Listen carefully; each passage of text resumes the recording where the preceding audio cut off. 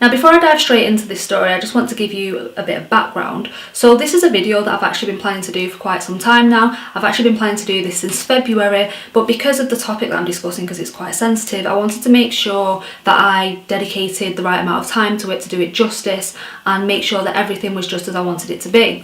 And I decided that for this story, it would be a good idea to get hold of the witness statement from Greater Manchester Police and some of the other data which would help me fill in certain details or give you guys important bits of information that I may have forgot now due to the lapse of time, and just so you could actually see some evidence of what actually happened. So I made a subject access request at Greater Manchester Police to get it, which I'm perfectly entitled to do because it constitutes my personal data. And as many of you will know, I'm quite familiar with the freedom of information and subject access request procedures, and I know they can be really annoying sometimes. Like, I've made SARs before and you'll have to make multiple SARs just to get hold of one piece of data because the police are pretty incompetent, or sometimes, as they did with me, which I'll explain more at the end of the video, they'll purposely mess you around for quite some time until they can claim that they have lawfully deleted the data because of the time that has passed. But I have never, ever in my life had a request come back as no trace of data found. Now, even on this particular SAR, I'd requested other pieces of information, and these were just pieces of information relating to my civil claim against the police. I just wanted to pass some of the data to my solicitor so that he could use it, and also if I do some of this work myself, it actually saves money. So that's what I was doing, and some of this data I'd had been trying to get for quite some time and had made multiple requests for, but it all came back on this subject access request, or something else other than no trace of data found came back. Never had that before. But funnily enough, when it comes to the subject of child sexual exploitation and grooming gangs, it just so happens that the police force that was massively exposed for covering this up, and the police force who actually had one of their main detectives walk out because of the way they handled it, just happened to have no trace of this data. A little bit funny, that, isn't it? Now, this story is actually set in Oldham, which is my hometown. So back in 2015, I made friends with this guy who I'll refer to as R for my own safety, and we became quite good friends and we would meet up quite a lot, and eventually he introduced me to his friends and I would meet up with them. They were always really friendly and polite. They were never inappropriate, but I never became particularly close to this group of guys. And in this group there was a guy who I'm going to refer to as C. Now, everything was going perfectly normal, as it does with most normal friendships and groups of people. And then one day, R tells me that C has a 15-year-old girlfriend. Now, 15-year-olds do have girlfriends and boyfriends, but it's usually people their own age. 25-year-old men don't have 15-year-old girlfriends. Now, he made me promise not to tell anybody, and normally I don't tell secrets, but I don't know how he actually thought he could tell me something like that and I would keep it secret and not do anything about it. So naturally, being disgusted, I went and phoned the police about this, and the police actually came around to my house to take a witness statement. And in between the police taking the witness statement and hearing back from them on what they were going to do, I decided to do some of my own investigative work. Now, obviously that's not my place to do that, but I was just so angry and infuriated that I felt like I had to do something, so I thought I will also try and find out a few more details, and then I can pass this to the police because I know the police can never be trusted. I mean, I knew that then, and I definitely know that now. So I decided to try and find this girl's name. Obviously, I didn't really find out much. In fact, I didn't find out anything at all. And also this guy C, that wasn't his real name either. I knew that and I tried to find his real name, but I just couldn't find anything out. The police eventually got back to me and told me that they weren't going to be pursuing this. Nobody's surprised to hear that. But listen to the reason why they weren't going to pursue this. Listen to why they weren't going to pursue something as serious as child sexual exploitation by what they obviously knew was a grooming gang. I didn't really know what one was at the time. I'd heard of the term, did not realise that that's what I was dealing with actually until I thought about this very recently.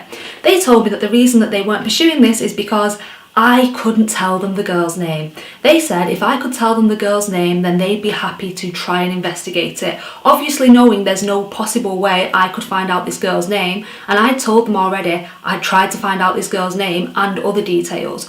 But to be honest, this has got to be one of the most common excuses for the police not actually doing their job. I mean, myself with the death threats that I had last year, The police said that they wouldn't investigate because they didn't know the identity of the person. I've had people actually message me telling me that they've had similar issues where they've reported a crime and the police have said, oh well, we won't investigate it unless you can tell us the identity of the person. So this is a very common excuse for not investigating crimes, but it's got to be one of the most pathetic because they know that person doesn't have access to the resources that they have access to, and they know full well that we really probably can't hunt down these people.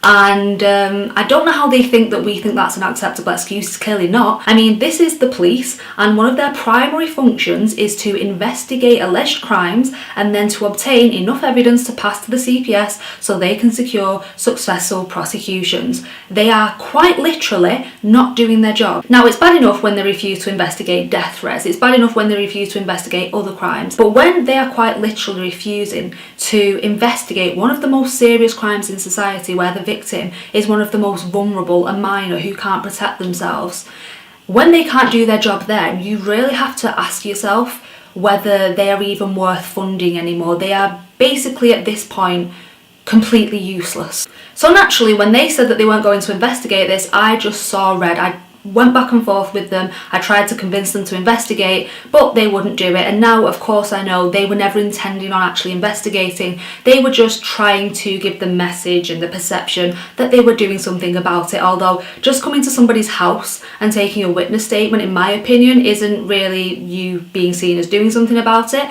What would be adequate for that would have been actually trying to find out the girl's name, actually arresting the man who the allegation had been made against, because by the way, they definitely had reasonable suspicion, not just with my report but combined with other things, and they didn't even arrest him. They didn't arrest him, they just looked at it and said, we won't pursue this because you can't tell us the girl's name. So I saw red about this because they didn't even try. So I made this very amateur looking poster and I slapped it up online, and I thought, if you won't do your job, then I'll try and do something that I can do, which is menial in comparison, but it's the best that I could do. So I put this online to warn people. It went viral, and then if you're not shocked enough by what I've already said, wait for this. I put this up online and it went viral. R, who was friends with C, the guy who'd had the 15-year-old girlfriend, actually contacted the police and told the police about this poster online. And let's just analyse that for a second. A man who was complicit in the grooming and rape of, it won't have just been her, will it? It was girls, plural, not girls. There will have been more than one. Actually felt comfortable going to the very people who are meant to stop him for protection. That's what happened. And then, as if that's not bad enough, the police then contacted me and told me I had to take it down or there will be consequences. And you know what they meant by that. So I got the threats, even though I was trying to do the right thing, and the offenders got absolutely nothing. In fact, the police only acted to protect them. So I actually refused to take this down for some time. I was like, absolutely no way in hell am I going to take this down from the internet. But after enough time passed, family members were getting quite upset about it and scared, and I felt bad that they'd been implicated in that. I mean, for myself, I really wasn't bothered, but I was satisfied that it had been seen by enough people because it had gone viral. It was seen more than enough times for word of mouth to get out, and I thought, I feel bad that I'm having this impact on other people, so I did eventually take it down. And I should also add, by the way, that these men were sending me threats, and also they were getting women to message me saying that they were going to attack me and do all kinds of vile things to me, but they didn't actually act on it. So once I took this post down, nothing happened. They didn't contact me again. Nobody threatened to hurt me after that. Nobody came near me. I don't know if they ever got investigated or arrested for any similar crimes after that, and I don't know what happened to those poor girls. Fast forward to this year, I decided that I was going to tell you this story because it's something I hadn't thought about for a while, and at the time I didn't really know what a grooming gang was. I'd heard the term, but I didn't understand what they were. I didn't know that that's what I was dealing with, and I actually didn't realise how much danger I'd put myself in by doing what it is that I had done. But I did it anyway, and luckily nothing happened to me. So I decided to get this subject access request, and then the police decided that they would just say no trace of data, which is something that's never happened before. And I thought, wow, when I first reported it, as I've already said, they obviously never had any intentions on investigating, right? I didn't realise that so much at the time. I've always known the police are useless. I didn't realise quite how bad this issue was. And I thought, wow, that was actually a cover-up. They were covering it up. That's what they were doing. And it really hit home when I saw this subject access request. I thought, you know, the scandal happened and it was all exposed. And I don't even want to say they're covering up child grooming again. I want to say that they are still covering it up, because I don't think they ever stopped. I think that what happened is it was all exposed. The relevant people made the right noises, said the right things. Oh, we're appalled, we'll do something about it.